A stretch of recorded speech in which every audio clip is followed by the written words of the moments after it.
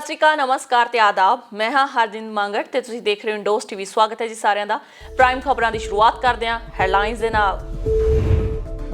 ਸੰਸਦ 'ਚ ਛਾਇਆ ਚੀਨ ਦਾ ਮੁੱਦਾ, ਰਾਜਨਾਥ ਦੇ ਰਹੇ ਨੇ ਰਾਜ ਸਭਾ 'ਚ ਸਪਸ਼ਟੀਕਰਨ। ਅਸਲ ਕੰਟਰੋਲ ਰੇਖਾ ਤੇ ਮੁੜ ਚੱਲੀਆਂ ਗੋਲੀਆਂ, ਪਿਛਲੇ ਹਫ਼ਤੇ 2 ਵਾਰ ਹਵਾ 'ਚ ਦਾਗੀਆਂ ਗੋਲੀਆਂ।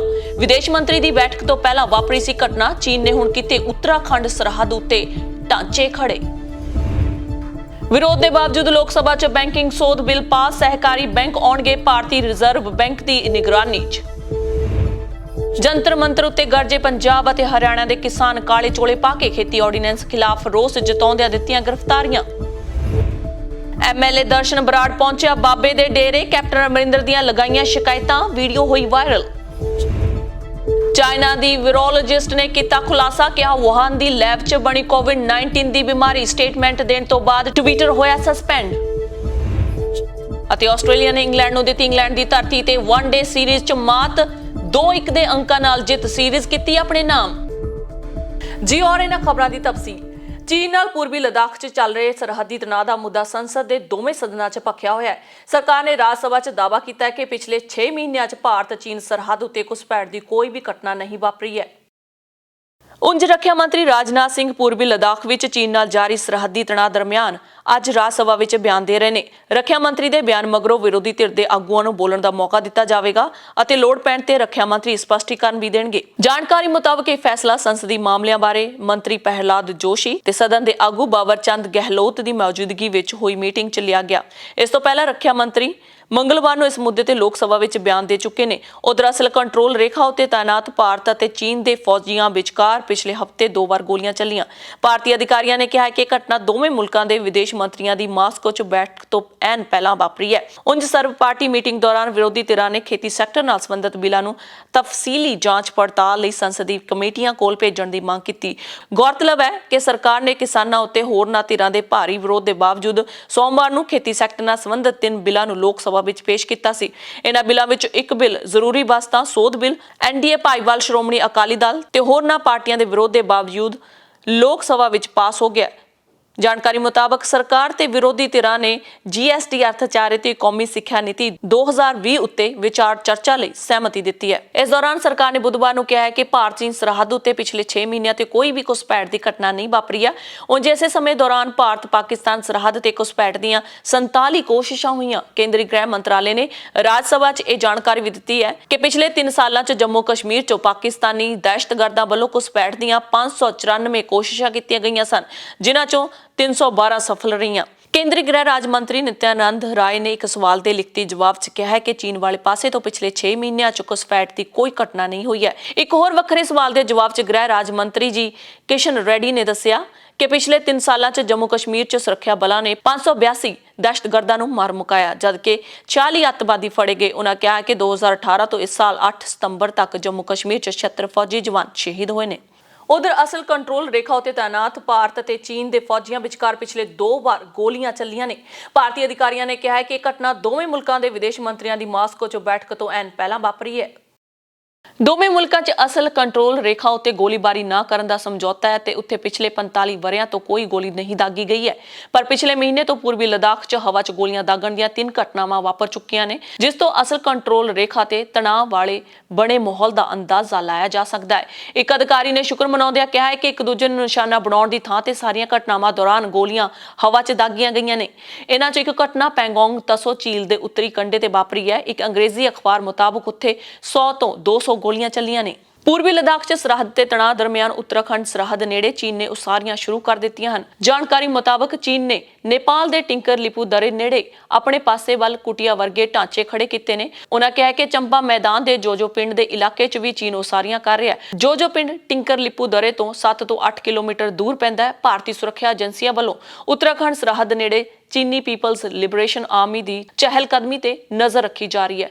ਭਾਰਤ ਅਤੇ ਚੀਨ ਵਿਚਕਾਰ ਸਰਹੱਦੀ ਤਣਾਅ ਮਗਰੋਂ ਭਾਰਤੀ ਖੁਫੀਆ ਏਜੰਸੀਆਂ ਨੇ ਕਿਹਾ ਸੀ ਕਿ ਨੇਪਾਲ ਸਰਕਾਰ ਨੇ ਲਿਪੂਲੇਖ ਇਲਾਕੇ 'ਚ ਭਾਰਤੀ ਫੌਜ ਦੀਆਂ ਸਰਗਰਮੀਆਂ ਉੱਤੇ ਨੇੜਿਓਂ ਨਜ਼ਰ ਰੱਖਣ ਲਈ ਆਪਣੀ ਫੌਜ ਨੂੰ ਨਿਰਦੇਸ਼ ਦਿੱਤੇ ਨੇ। ਇਸ ਤੋਂ ਬਾਅਦ ਲਿਪੂਲੇਖ 'ਚ ਨੇਪਾਲ ਨੇ 44ਵੀਂ ਬਟਾਲੀਅਨ ਤਾਇਨਾਤ ਕਰ ਦਿੱਤੀ ਸੀ। ਇਹ ਵੀ ਪਤਾ ਲੱਗਿਆ ਕਿ ਚੀਨ ਨੇ ਲਿਪੂਲੇਖ 'ਚ ਫੌਜਾਂ ਦੀ ਤਾਇਨਾਤੀ ਵਧਾ ਦਿੱਤੀ ਹੈ। ਚੀਨ ਨੇ 150ਵੀਂ ਲਾਈਟ ਕੰਬਾਈਨਡ ਆਰਮਸ ਬ੍ਰਿਗੇਡ ਨੂੰ ਤਾਇਨਾਤ ਕੀਤਾ। ਇਸ ਬ੍ਰਿਗੇਡ ਨੂੰ ਅਗਸਤ ਵਿੱਚ ਲਿਪੂਲੇਖ ਇਲਾਕੇ 'ਚ ਭੇਜਿਆ ਗਿਆ ਸੀ। ਉਹਨਾਂ ਸਰਹੱਦ ਤੋਂ 10 ਕਿਲੋਮੀਟਰ ਦੂਰ ਪਾਲਾ 'ਚ ਵੀ ਫੌਜ ਮੁੜ ਤੋਂ ਤਾਇਨਾਤ ਕੀਤੀ ਹੈ।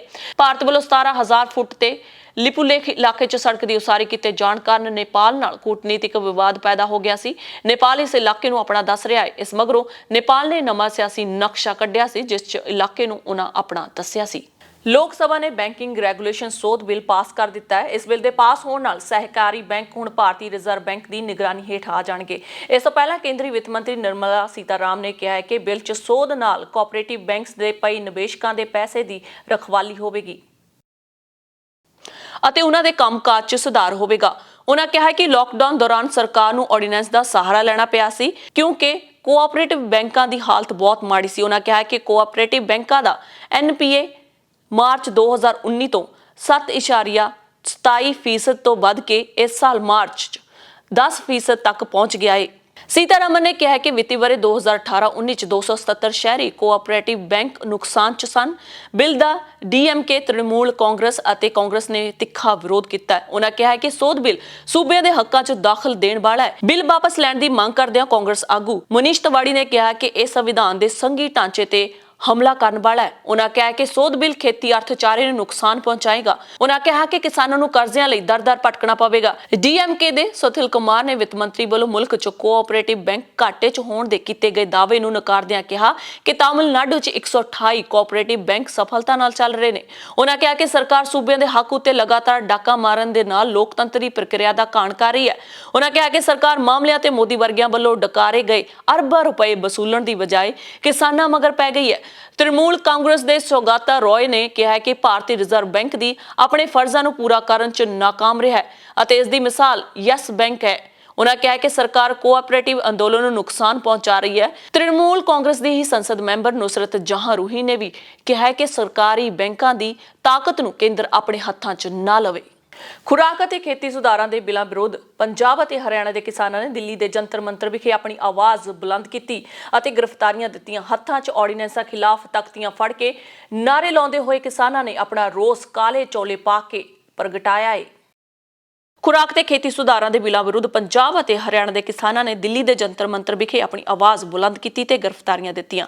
ਹੱਥਾਂ ਵਿੱਚ ਆਰਡੀਨੈਂਸ ਖਿਲਾਫ ਤਖਤੀਆਂ ਫੜ ਕੇ ਨਾਅਰੇ ਲਾਉਂਦੇ ਹੋਏ ਕਿਸਾਨਾਂ ਨੇ ਆਪਣਾ ਰੋਸ ਕਾਲੇ ਚੋਲੇ ਪਾ ਕੇ ਪ੍ਰਗਟਾਇਆ ਹੈ। ਕਿਸਾਨਾਂ ਵੱਲੋਂ ਦਿੱਲੀ ਪੁਲਿਸ ਦੀਆਂ ਰੋਕਾਂ ਤੋੜ ਕੇ ਸੰਸਦ ਵੱਲ ਵਧਣ ਦੀ ਕੋਸ਼ਿਸ਼ ਕੀਤੀ ਗਈ, ਪਰ ਪੁਲਿਸ ਨੇ ਉਹਨਾਂ ਨੂੰ ਹਿਰਾਸਤ ਵਿੱਚ ਲੈ ਲਿਆ ਤੇ DTC ਦੀ ਬੱਸ ਵਿੱਚ ਚੜਾ ਕੇ ਆਪਣੇ ਥਾਣੇ ਲੈ ਗਏ, ਜਿੱਥੇ ਕੁਝ ਦੇਰ ਬਾਅਦ ਰਿਹਾ ਕਰ ਦਿੱਤਾ। ਜ਼ਿਕਰਯੋਗ ਹੈ ਕਿ ਕੇਂਦਰ ਸਰਕਾਰ ਨੇ ਲੋਕ ਸਭਾ ਵਿੱਚ ਖੁਰਾਕ ਤੇ ਖੇਤੀ ਸੁਧਾਰਾਂ ਬਾਰੇ ਬਿੱਲ ਪੇਸ਼ ਕੀਤੇ ਸਨ, ਜਿਨ੍ਹਾਂ ਦਾ ਪੰਜਾਬ ਤੇ ਹਰਿਆਣਾ ਸਮੇਤ ਹੋਰ ਰਾਜਾਂ ਦੇ ਕਿਸਾਨ ਤਿੱਖਾ ਵਿਰੋਧ ਕਰ ਰਹੇ ਨੇ।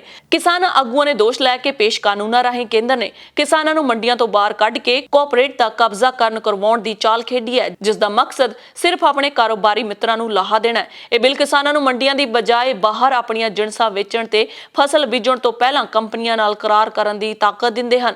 ਕਿਸਾਨ ਆਗੂਆਂ ਨੇ ਕਿਹਾ ਕਿ ਇਹ ਬਿੱਲ ਕਿਸਾਨ ਮਾਰੂ ਨੇ ਤੇ ਇਹਨਾਂ ਨੂੰ ਰੱਦ ਕਰਨ ਦੀ ਮੰਗ ਨੂੰ ਲੈ ਕੇ ਉਹ ਸੜਕਾਂ ਤੇ ਉਤਰੇ ਨੇ, ਪਰ ਕੇਂਦਰ ਸਰਕਾਰ ਕਿਸਾਨਾਂ ਦੀ ਮੰਗ ਨੂੰ ਅਣਗੌਲਿਆ ਕਰ ਰਹੀ ਹੈ। ਉਹਨਾਂ ਦੋਸ਼ ਲਗਾਇਆ ਕਿ ਇਹਨਾਂ ਬਿੱਲਾਂ ਕਾਰਨ ਕਿਸਾਨ ਕੁਝ ਸਮੇਂ ਬਾਅਦ ਕੋਆਪਰੇਟਿਵ ਘਰਾਣਿਆਂ ਦੇ ਰਹਿਮੋ ਕਰਮ ਤੇ ਨਿਰਭਰ ਹੋ ਜਾਣਗੇ, ਜੋ ਨਹੀਂ ਹੋਣ ਦਿੱਤਾ ਜਾਵੇਗਾ। 11 ਕਿਸਾਨ ਧਿਰਾਂ ਨੇ ਗਵਰਨਰ ਹਾਊਸ ਪੰਜਾਬ ਅੱਗੇ ਉਦੋਂ ਧਰਨਾ ਮਾਰ ਦਿੱਤਾ ਜਦੋਂ ਗਵਰਨਰ ਨੇ ਮੰਗ ਪੱਤਰ ਲੈਣ ਤੋਂ ਇਨਕਾਰ ਕੀਤਾ। ਭਾਕਿਓ ਲੱਖੋਵਾਲ ਦੇ ਜਨਰਲ ਸਕੱਤਰ ਹਰਿੰਦਰ ਸਿੰਘ ਲੱਖੋਵਾਲ ਨੇ ਦੱਸਿਆ ਕਿ ਉਹ ਮੋਹਾਲੀ ਤੋਂ ਕਾਲੇ ਚੋਲੇ ਪਾ ਕੇ ਰਵਾਨਾ ਹੋਏ ਹੈ ਅਤੇ ਰਸਤੇ ਵਿੱਚ ਪੁਲਿਸ ਨੇ ਰੋਕ ਲਿਆ। ਸਿਰਫ 11 ਆਗੂਆਂ ਨੂੰ ਹੀ ਅੰਦਰ ਜਾਣ ਦਿੱਤਾ। ਉਹਨਾਂ ਦੱਸਿਆ ਕਿ ਰਾਜਪਾਲ ਨੇ ਮੰਗ ਪੱਤਰ ਨਾ ਲਿਆ, ਜਿਸ ਕਰਕੇ ਗੁੱਸੇ ਵਿੱਚ ਆਗੂਆਂ ਨੇ ਕਰੀਬ 1 ਘੰਟਾ ਧਰਨਾ ਮਾਰ ਕੇ ਨਾਅਰੇਬਾਜ਼ੀ ਕੀਤੀ। ਕਾਂਗਰਸੀ ਵਿਧਾਇਕ ਦਰਸ਼ਨ ਬਰਾੜ ਆਪਣੇ ਦਿਲ ਦੀਆਂ ਗੱਲਾਂ ਫੋਲਣ ਲਈ ਬਾਬਿਆਂ ਦੇ ਚੱਕਰ ਕੱਟ ਰਹੇ ਨੇ। ਵੀਡੀਓ ਵਾਇਰਲ ਹੋ ਰਹੀ ਹੈ, ਜਿਸ 'ਚ ਉਹ ਆਪਣੇ ਮੁੱਖ ਮੰਤਰੀ ਕੈਪਟਨ ਅਮਰਿੰਦਰ ਸਿੰਘ ਦੀਆਂ ਸ਼ਿਕਾਇਤਾਂ ਲਾਉਂਦੇ ਨਜ਼ਰ ਆ ਰਹੇ ਨੇ ਕਿ ਬਾਬਾ ਜੀ, ਮੁੱਖ ਮੰਤਰੀ ਨੇ ਨਸ਼ਿਆਂ ਨੂੰ ਬੰਦ ਨਹੀਂ ਕਰਵਾਇਆ ਹੈ।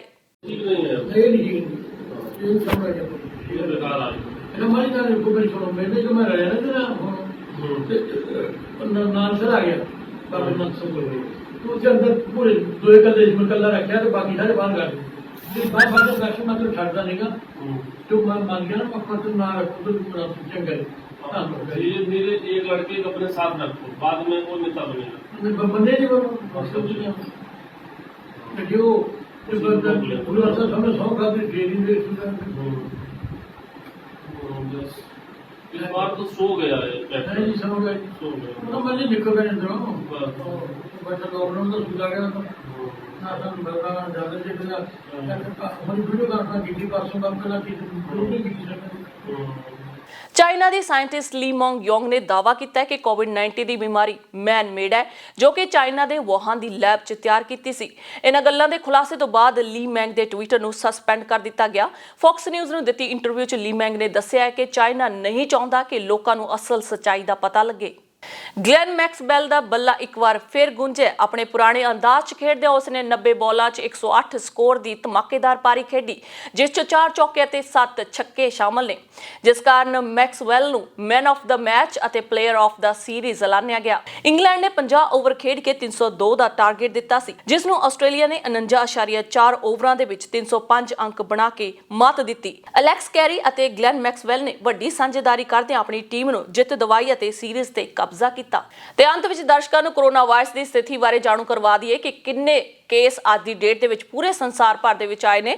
ਸੋ 3,42,299 ਕੇਸ, ਜਿਨ੍ਹਾਂ 'ਚ ਮੌਤਾਂ ਦੀ ਗਿਣਤੀ 9,45,164। ਜੇਕਰ ਗੱਲ ਕੀਤੀ ਜਾਵੇ ਰਿਕਵਰੀ ਦੀ 2,18,08,409। ਇਸੇ ਤਰ੍ਹਾਂ ਅਮਰੀਕਾ ਦੇ ਵਿੱਚ ਜੇਕਰ ਗੱਲ ਕੀਤੀ ਜਾਵੇ ਕੇਸਾਂ ਵਾਈਜ਼ ਤਾਂ ਕੇਸ ਆ ਚੁੱਕੇ ਨੇ ਅਮਰੀਕਾ ਦੇ ਵਿੱਚ 68,28,301। ਜੇਕਰ ਗੱਲ ਕੀਤੀ ਜਾਵੇ ਮੌਤਾਂ ਦੀ ਤਾਂ 2,01,348। ਇਸੇ ਤਰ੍ਹਾਂ ਇੰਡੀਆ ਦੂਜੇ ਨੰਬਰ ਤੇ 51,18,253 ਕੇਸ ਤੇ ਮੌਤਾਂ ਦੀ ਗਿਣਤੀ 83,230। ਤੀਜੇ ਨੰਬਰ ਤੇ ਬ੍ਰਾਜ਼ੀਲ ਦੇ ਵਿੱਚ ਕੇਸ ਆ ਚੁੱਕੇ ਨੇ 42,21,686 ਤੇ ਮੌਤਾਂ ਦੀ ਗਿਣਤੀ 1,34,174। ਚੌਥੇ ਨੰਬਰ ਤੇ ਰਸ਼ੀਆ ਦੇ ਵਿੱਚ ਕੇਸਾਂ ਦੀ ਗਿਣਤੀ ਹੋ ਚੁੱਕੀ ਹੈ ਜੀ 10,79,519 ਤੇ ਮੌਤਾਂ ਦੀ ਗਿਣਤੀ 18,917। ਪੰਜਵੇਂ ਨੰਬਰ ਤੇ ਪੇਰੂ ਦੇ ਵਿੱਚ ਕੇਸਾਂ ਦੀ ਗਿਣਤੀ ਹੋ ਚੁੱਕੀ ਹੈ 7,44,400 ਤੇ ਮੌਤਾਂ ਦੀ ਗਿਣਤੀ 31,051। ਸੋ ਇਹ ਸਨ ਸੰਸਾਰ ਦੇ 5 ਟੌਪ ਦੇਸ਼ ਜਿਨ੍ਹਾਂ ਦੇ ਵਿੱਚ ਕੋਰੋਨਾ ਵਾਇਰਸ ਦੇ ਕੇਸਾਂ ਦੀ ਗਿਣਤੀ ਲਗਾਤਾਰ ਵਧਦੀ ਜਾ ਰਹੀ ਹੈ।